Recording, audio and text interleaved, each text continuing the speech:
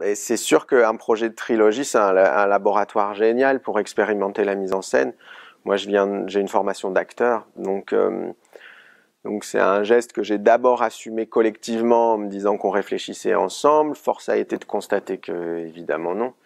C'était important pour que moi je puisse être à l'extérieur et eux à l'intérieur. Donc il fallait assumer cette position-là. Et je pense que, voilà, par exemple, un des grands changements sur ce troisième volet, c'est que je vais prendre en charge la scénographie. Donc j'ai fait le projet scénographique avant même d'écrire la pièce. C'est-à-dire que j'ai construit une maquette.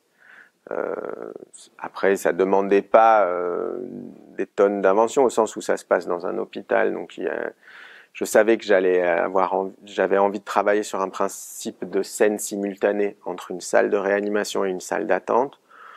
Donc à partir de là, j'ai conçu une maquette et j'ai écrit pour un espace. C'est-à-dire que jusqu'à présent, j'écrivais que pour des acteurs. Maintenant, j'ai aussi écrit pour un espace concret que j'avais devant moi au moment d'écrire. Donc je pense que ça induit des choses de mise en scène dans la préparation. C'est-à-dire que de prendre en charge ça, c'est quelque part inscrire tout de suite son récit quelque part. Et pour moi, après, j'ai été un peu frustré sur le deuxième volet, par exemple, de pas engager suffisamment de travail avec les acteurs, dans la direction d'acteurs. Et c'est quelque chose qui se précise aussi, ça, sur quelle esthétique de jeu on développe, le rapport d'une écriture à des acteurs. Et puis, c'est surtout quelque chose qui évolue, mais qui reste en mouvement. C'est-à-dire, on a à chaque fois envie d'autre chose, c'est généré par des frustrations généralement, mais ça ne veut pas dire que le résultat va être mieux. Mais comment dire, on navigue avec ça, avec des questions très simples de quels sont les moments où l'écriture est un support à la situation. Donc quelque part, c'est la nature des acteurs qui va donner du coffre à l'écriture, et quels sont des moments où c'est l'écriture qui a en charge peut-être plus d'intériorité, plus de volume, plus de densité, et où l'acteur doit lui être juste un passeur, comment dire, se mettre presque en retrait de l'écriture. Et je crois que je comprends peu à peu que le théâtre qu'on fabrique est dans ce va-et-vient-là, en fait, de situations presque réalistes à l'expression d'une parole plus intérieure, qui nécessite des décrochages, qui nécessite une autre entrée dans la matière texte pour l'acteur, et du coup comment il peut naviguer avec ça, faire ces allers-retours-là le plus, comment dire, souplement possible, parce que c'est une hétérogénéité qui existe dans le texte, et l'acteur a la charge de créer l'unicité de la langue. Je pense que jusqu'ici, mes mises en scène étaient plutôt fonctionnelles, au sens où, ah tiens, la pièce a besoin de ça.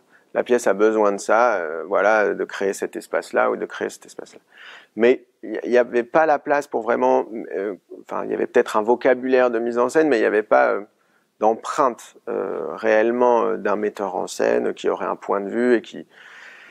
Là, peut-être l'espace dans lequel j'ai le plus de place pour la mise en scène, c'est ce fameux procès, parce que nécessairement c'est le point de vue d'un réalisateur, et donc ce réalisateur, donc la pièce s'ouvre sur une interview à la radio de ce réalisateur dans une émission culturelle, et il décrit son travail en disant qu'il fait un cinéma très théâtral, anti-réaliste et tout ça. Donc ça posait un défi au metteur en scène, c'est-à-dire qu'est-ce que ça veut dire un cinéma très théâtral, qu'est-ce que c'est qu'une esthétique. Donc comment déréaliser le moment où apparaît le cinéma dans la pièce, en fait, c'est le moment le plus théâtral. Je voulais créer une contradiction aussi entre ça, c'est-à-dire l'espace du théâtre, on le traite finalement de manière assez cinématographique, dans un espace réel, et le moment du tournage de cinéma, là où on s'attend, enfin on pourrait s'attendre à de la vidéo, à un rapport très réaliste au jeu, de replonger dans une époque, et bien là il y a une déréalisation totale et une reconstruction, enfin une esthétique marquée très forte. Voilà, moi j'ai fait le choix de créer un tribunal abandonné où la végétation aurait colonisé un peu d'anciens espaces bureaucratiques. Enfin voilà, ce serait infiltré partout. Parce que je me dis, c'est comme si on rejouait chaque fois, à chaque fois qu'on parle de la guerre d'Algérie ou d'un événement de la guerre d'Algérie, c'est comme si on le rejugeait chaque fois. Et il y a comme une ritournelle, un espèce de tribunal qui tourne en rond depuis voilà.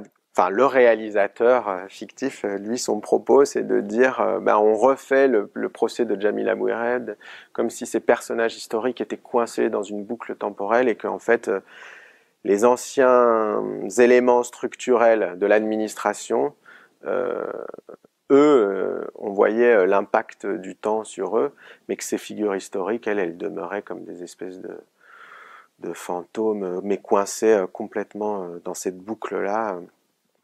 Donc voilà, là, il y a comment dire, un rapport à la mise en scène, pour le coup, franc, quoi.